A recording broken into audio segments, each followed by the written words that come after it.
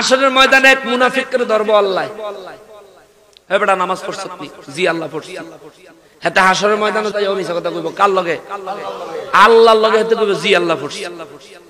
আল্লাহ কইব পড়ছ না, আল্লাহ কইব পড়ছ নি? জি আল্লাহ পড়ছি। এই তার আমলনামাটা খোল,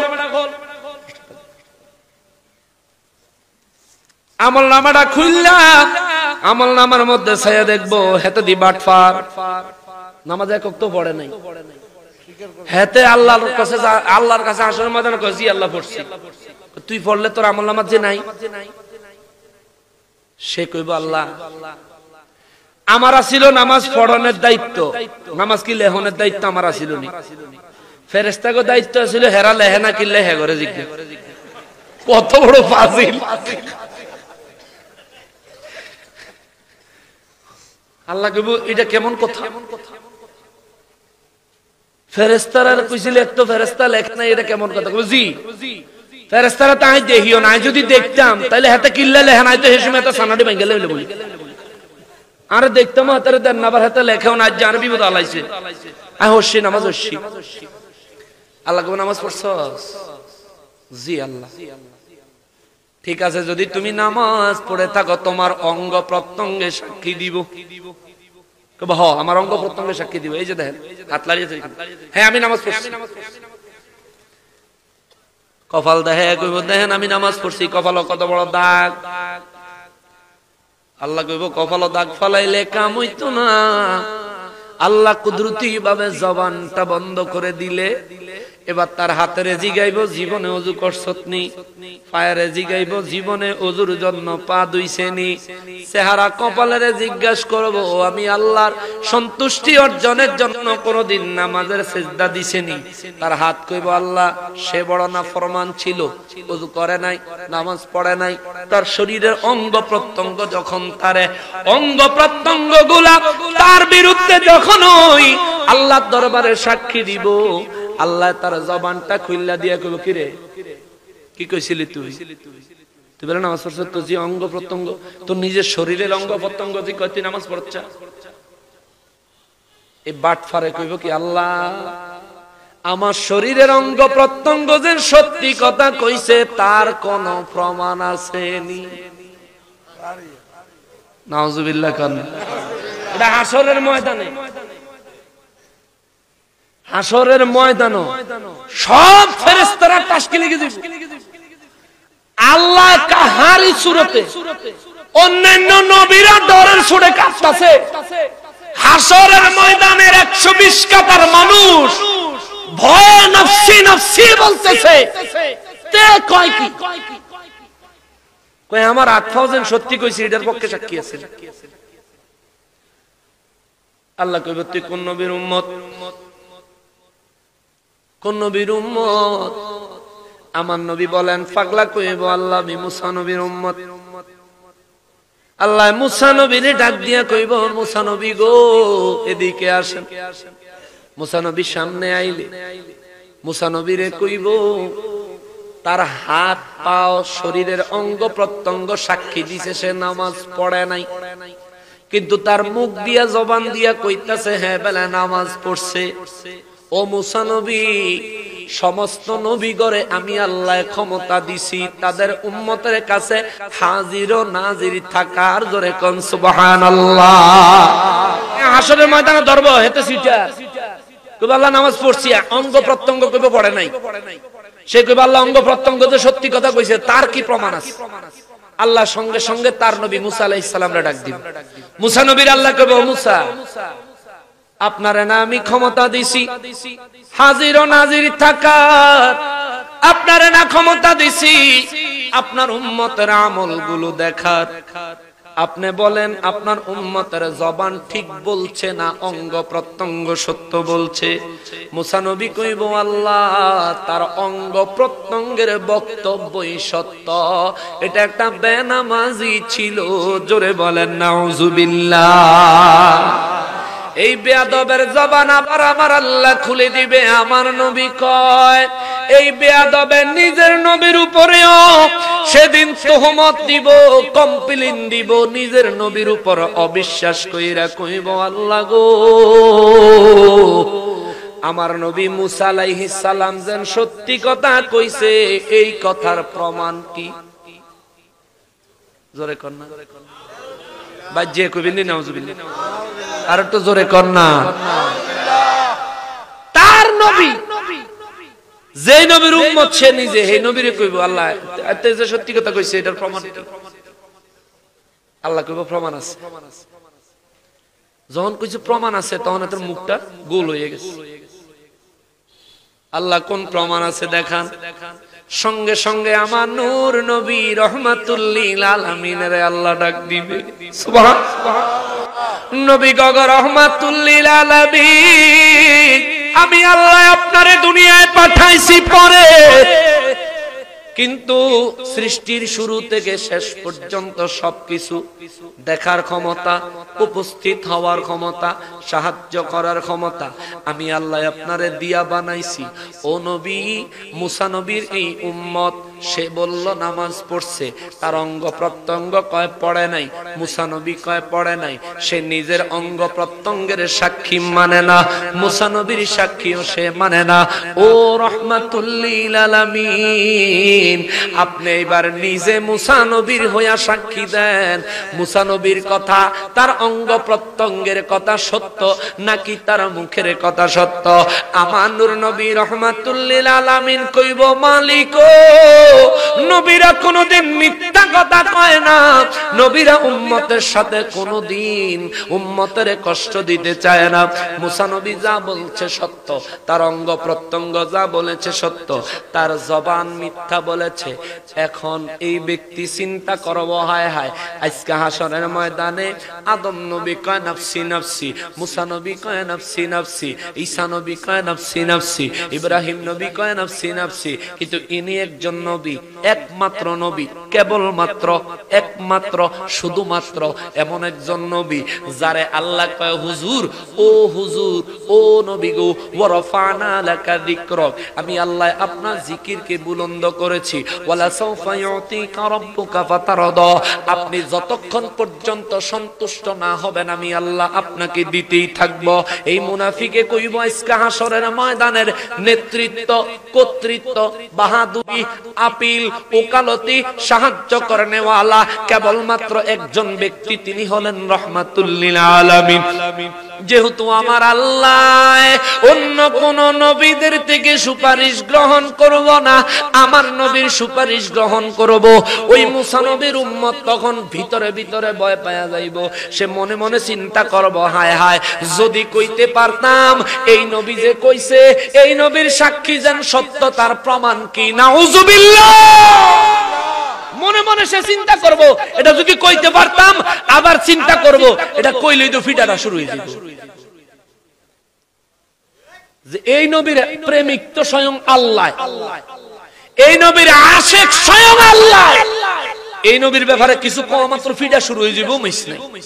এই ডরে হাতে কিছু কইতো না, কিন্তু সে মনে মনে কি ভাবে? দেখে কে, জানে কে, শুনে কে? জোরে কন্যা বাবা কে? আল্লাহ। আল্লাহ কইব কিরে, তিন সাক্ষী তোর বিরুদ্ধে, এক সাক্ষী, একটা এটা সাক্ষী না, তোর দাবি তোর পক্ষে, তিনটা সাক্ষী উপস্থাপন করছি, তিনটাই তোর বিরুদ্ধে, তবু তুই মনে মনে ভাবতাছ আমার এই নবী যে সত্য বলছে তার প্রমাণ কি, তার সাক্ষী কে? শোন, আমার হাবিব সত্য বলেছে, তার সাক্ষী স্বয়ং আমি আল্লাহ। সুবহানাল্লাহ, আমি আল্লাহ সাক্ষী। তখন তার ফিডা শুরু হয়ে যায়। মুসা নবীর জামানার উম্মত, আমরা আবার খাড়াইলে এডি কইতাম, আমরারে নামাজের লেগে ধরবো, আল্লাহ যে শীত ছিল, আবার নকশবন্দি হুজুরে ওয়াজ করে গেছে রাত 2টা পর্যন্ত। এই শীতে দিয়ে এতক্ষণ ওয়াজ হইন না, এর বেআইনাবালা উঠতাম তো চাইছিলাম ঘুমের লাইন উঠতে পারি না, আবার চোখ মিললে চাই দিই যে শীত, ওমা ঘুমা ঘুমা ঘুমা উঠি না। আল্লাহ ফাজিল, নামাজও পড়ছে আবার কস, আল্লাহ কিতাম আমনে নামাজ তো পড়ি না। আল্লাহ কবে পড়াচ্ছ না আমার, আমি যে হুকুম দিছি ডেলি 5 বার ডাকছি হুনচ্ছা, জি আল্লাহ হুনছি, পড়লি না আল্লাহ পড়ি না, আমার একটা হুকুম মানলি না দুনিয়ার থেকে, তুই যা জাহান্নামে যা। ধমক দিয়া দিলে আপনি একটা দৌড় দিবে, যদি বুদ্ধি থাকে দৌড় দিলে ফেরেশতারা কইবো আল্লাহ তারা কি জান্নাতের কথা কইছেন না জাহান্নামের কথা কইছেন তে বুঝছেনি। আল্লাহ কইবো কি লিগা, ও জাহান্নামও ঠেললে মানুষের ফাটান জানে হাতে দি দৌড় দিছে। আল্লাহ কইবো ঠিকই তো, তারা দূরে ডাক দে, মিয়া মিয়া এইদিকে এইদিকে এইদিকে, জি আল্লাহ কি রে তোরে কই যাইতি কইছি, আমার কথা বুঝছত নি, জি আল্লাহ বুঝছি তো, কই যাইতি কইছি, জাহান্নাম। জাহান্নাম কোন জায়গা, হেন কি হয় জানচ্ছি, জি আল্লাহ জানি তো, হেন কিল গুতা মার ফিডা আযাব গজব এই তো, কত তুই জাহান্নামের ভিতরে তো আযাবের কথা জানি না দৌড় দিছস কা।